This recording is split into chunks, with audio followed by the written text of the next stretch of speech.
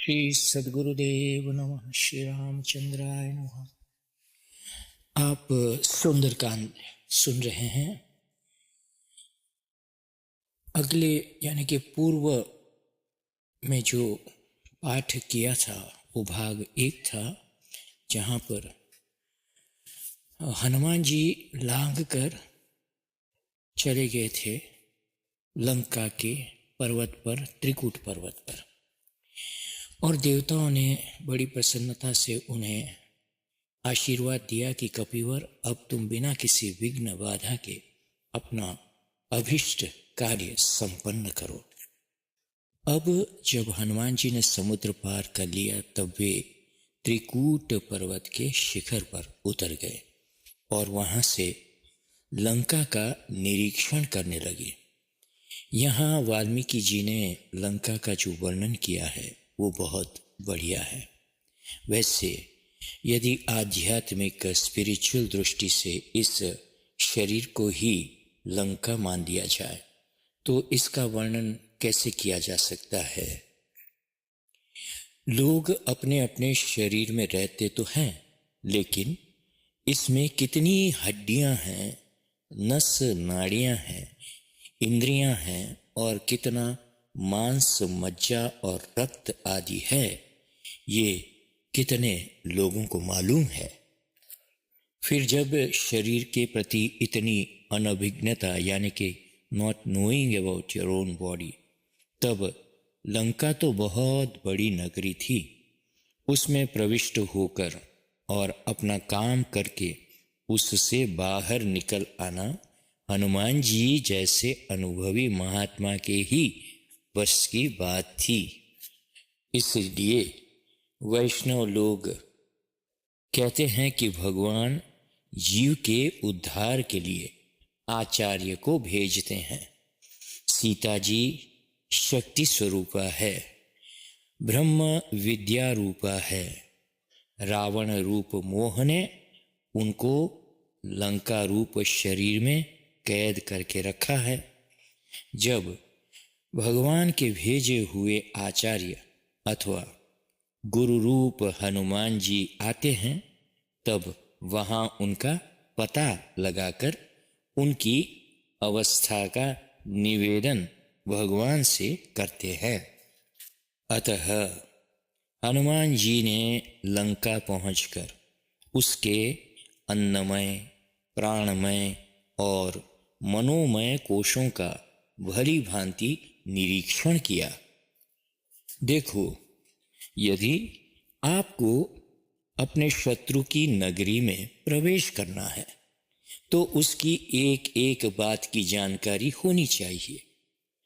कैसी उसकी चार दीवारी है, कैसे उसका प्रवेश द्वार है, कहाँ चोर मार्ग है, कैसे पहरेदार है, कहाँ खाई है और कैसे उसको पार करना है। इन सब बातों का ज्ञान होना अनिवार्य है, अन्यथा तो आप उसमें प्रवेश नहीं कर सकेंगे, या किसी प्रकार प्रविष्ट हो जाएंगे तो फिर उसमें से निकलकर आना कठिन होगा। इसलिए हनुमान जी ने लंका में प्रविष्ट होने के पहले ये विचार किया कि वे किस रूप में प्रवेश करें। अपने बड़प्पन के अभिमान के साथ प्रवेश करें या लघु रूप धारण करके प्रवेश करें। देखो, नीति शास्त्र का ये वचन है कि बुद्धिमान मनुष्य को अपना काम बना लेना चाहिए। अपने काम को बिगाड़ लेना मूर्खता का लक्षण है। स्वकार्य साधये धीमान, कार्यध्वंसो ही मूर्खता। इसका तात्पर्य यह है कि जहां बड़ा बनने से काम हो वहां बड़ा बन जाना चाहिए, और जहां छोटा बनने से काम हो वहां छोटा बन जाना चाहिए। मनुष्य को ये विवेक होना चाहिए कि कहाँ विनय दिखाना है और कहाँ बड़प्पन प्रदर्शित करना है। हनुमान जी ने सोचा कि यदि मैं बड़ा बनकर या अपने स्वाभाविक रूप से लंका में प्रवेश करूंगा तो सबको मेरी उपस्थिति का पता चल जाएगा और मेरे कार्य में बाधा पड़ेगी। इसलिए यहाँ छोटे से छोटा रूप बनाकर वो भी रात के समय लंका में प्रवेश करना चाहिए।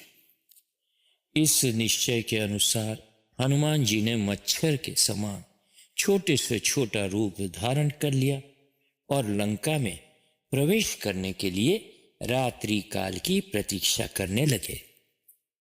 देखो, हनुमान जी ने जैसे बड़ा से बड़ा रूप धारण करने की शक्ति थी, वैसे ही छोटे से छोटा रूप ग्रहण करने की शक्ति थी। योग शास्त्र में जो अणिमा, लघिमा, गरिमा आदि सिद्धियों का वर्णन है वो निराधार नहीं है। जो लोग योगाभ्यास करते हैं उनके जीवन में ये सिद्धियां आ जाती है। मैंने स्वयं, महाराज जी कहते हैं, अपने आंखों से ऐसे योगी देखे हैं। महाराज श्री अखंड आनंद जी महाराज कहते हैं कि मैंने स्वयं अपनी आंखों से ऐसे योगी देखे हैं जो अपने को हल्का या भारी और छोटा या बड़ा बना लेते थे। इसलिए जब साधारण योगाभ्यासी में ऐसी शक्ति आ जाती है तब परम योगेश्वर हनुमान जी के संबंध में तो कहना ही क्या है। अब आप देखिए कि लंका की सुरक्षा कैसी थी। जब हनुमान जी अपने लघु रूप से रात्रि के समय लंका में घुसने लगे तब वहां की रक्षा व्यवस्था का चमत्कार देखिए कि वे उस अवस्था में भी लंका की वास्तु देवी द्वारा रोक दिए गए। उसका नाम भी लंका ही था। उस वास्तु देवी के संबंध में आश्चर्य करने की कोई बात नहीं है। जिस प्रकार हम लोग कोई घर बनाते समय वास्तु देवता की पूजा और स्थापना करते हैं, उसी प्रकार रावण ने भी लंका का निर्माण करते समय वास्तु देवता का पूजन स्थापन किया था, क्योंकि वहां बड़ा भारी वेदज्ञ था, कर्मकांडी था। वो यज्ञ, याग आदि और तंत्र साधना करता ही रहता था। इसलिए उसके द्वारा स्थापित लंका की जो अधिष्ठातृ और रक्षक देवी थी वो प्रकट होकर हनुमान जी के सामने खड़ी हो गई और कहने लगी कि तुम चोर की तरह हमारी नगरी में प्रवेश नहीं कर सकते। फिर जब वो लड़ने मारने को तैयार हो गई और उसने हनुमान जी पर थप्पड़ चला दिया, तब विवश होकर हनुमान जी को उस पर मुक्का प्रहार करना पड़ा। उससे वो रावण के बंधन से मुक्त हो गई और उसने हनुमान जी को लंका में प्रवेश करके सीता की खोज करने की आज्ञा दे दी। अब जब हनुमान जी ने लंका में प्रवेश किया तब शरद पूर्णिमा की चांदनी रात खिली हुई थी। उसके प्रकाश में उन्होंने वहां पुष्पक विमान देखा, रथ देखा, सेना देखी, अस्त्र शस्त्रागार देखे और राक्षसियों का आराम के साथ रहना देखा। उसके बाद हनुमान जी ने रावण के महल में प्रवेश किया और ये देखकर चकित रह गए कि उतना वैभव और भोग ऐश्वर्य तो इंद्र के पास भी नहीं है। सचमुच रावण ने सबको जीत लिया था। उसके यहाँ वायु देवता पंखा जलते थे, अग्नि देवता भोजन पकाते थे और वरुण देवता जल पात्र लेकर खड़े रहते थे। उसके महल में भोग विलास की समस्त सामग्रियां थी। देवता, दानव, दैत्यों की एक से एक बढ़कर सुंदरी कन्याएं थी और रावण उनमें अनुरक्त होकर उन्मत्त हो रहा था। अब हनुमान जी इस बात पर विचार करने लगे कि मैं तो सीता जी की खोज में, उनकी खोज के निमित्त से रावण के महल की इस नग्न मत वाली और कामासक्त स्त्रियों को सोते जागते देख रहा हूं। ये मेरे द्वारा अधर्माचरण तो नहीं हो रहा है। फिर उन्होंने अपने मन को टटोल कर देखा तो उसमें कोई विकार नहीं दिखाई दिया। ये वो निर्विकार था। फिर उनको वो विचार होने लगा कि मैंने सब कुछ तो देख लिया, लेकिन जिनको देखने आया था वो तो दिखाई नहीं पड़ रही है।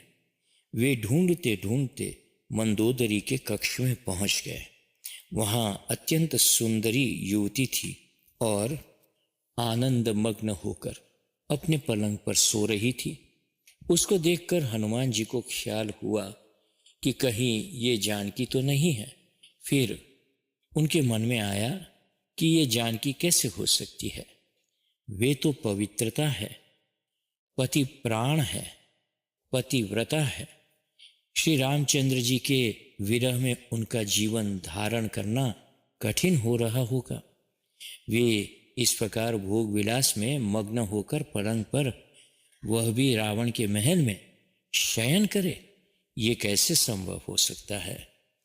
इसके बाद हनुमान जी ने सोचा कि सीता जी तपस्विनी हैं, रावण ने उनका हरण किया है, वे उसके महल में कदापि नहीं रह सकती, इसलिए उनको रावण के किसी उद्यान में ढूंढना चाहिए। इस प्रकार का विचार करके बाद हनुमान जी रावण की अशोक वाटिका में गए, जहाँ बड़े सुंदर सुंदर वृक्ष और सरोवर थे। वो वाटिका चार दीवारी से घिरी हुई थी। हनुमान जी उसके प्रवेश द्वार से न जाकर चार दीवारी पार करके भीतर चले गए। उन्होंने उसका एक एक कोना देखा, लेकिन वहां भी उनको जानकी नहीं मिली। अंत में उन्होंने ये विचार किया कि यदि यहाँ जानकी होगी तो प्रातः काल होने पर वे सूर्यार्घ्य देने जरूर आएगी, चाहे उनको कितना भी कष्ट क्यों न हो। इतने में हनुमान जी को कुछ आहट मिली। उन्होंने ध्यान से देखा तो कुछ स्त्रियां दिखाई पड़ी, लेकिन वे साधारण स्त्रियां नहीं, भयंकर आकृति और वेशभूषा वाली राक्षसियां थी। उनके मध्य में शिशुपा वृक्ष के नीचे एक तपस्विनी बैठी थी, जो प्रज्वलित किंतु शांत ज्योति की तरह प्रतीत हो रही थी और ध्यान में मग्न थी। उनके शरीर पर कोई चमक दमक नहीं थी। उन्होंने न तो कोई श्रृंगार किया और न उनमें कोई उत्साह दिखाई दे रहा था। उनको देखने के बाद हनुमान जी ने अनुमान कर लिया कि यही जानकी होगी, लेकिन वे अंतिम निश्चय करने के लिए पहले एक पेड़ पर दुबक कर बैठ गए और वहाँ क्या हो रहा है इसका निरीक्षण करने लगे। ये बात हम आपको वाल्मीकि रामायण से सुना रहे हैं और ये दूसरा भाग आपने सुना। तीसरा भाग में हम आगे बढ़ेंगे। जय सिया राम, जय सद्गुरुदेव।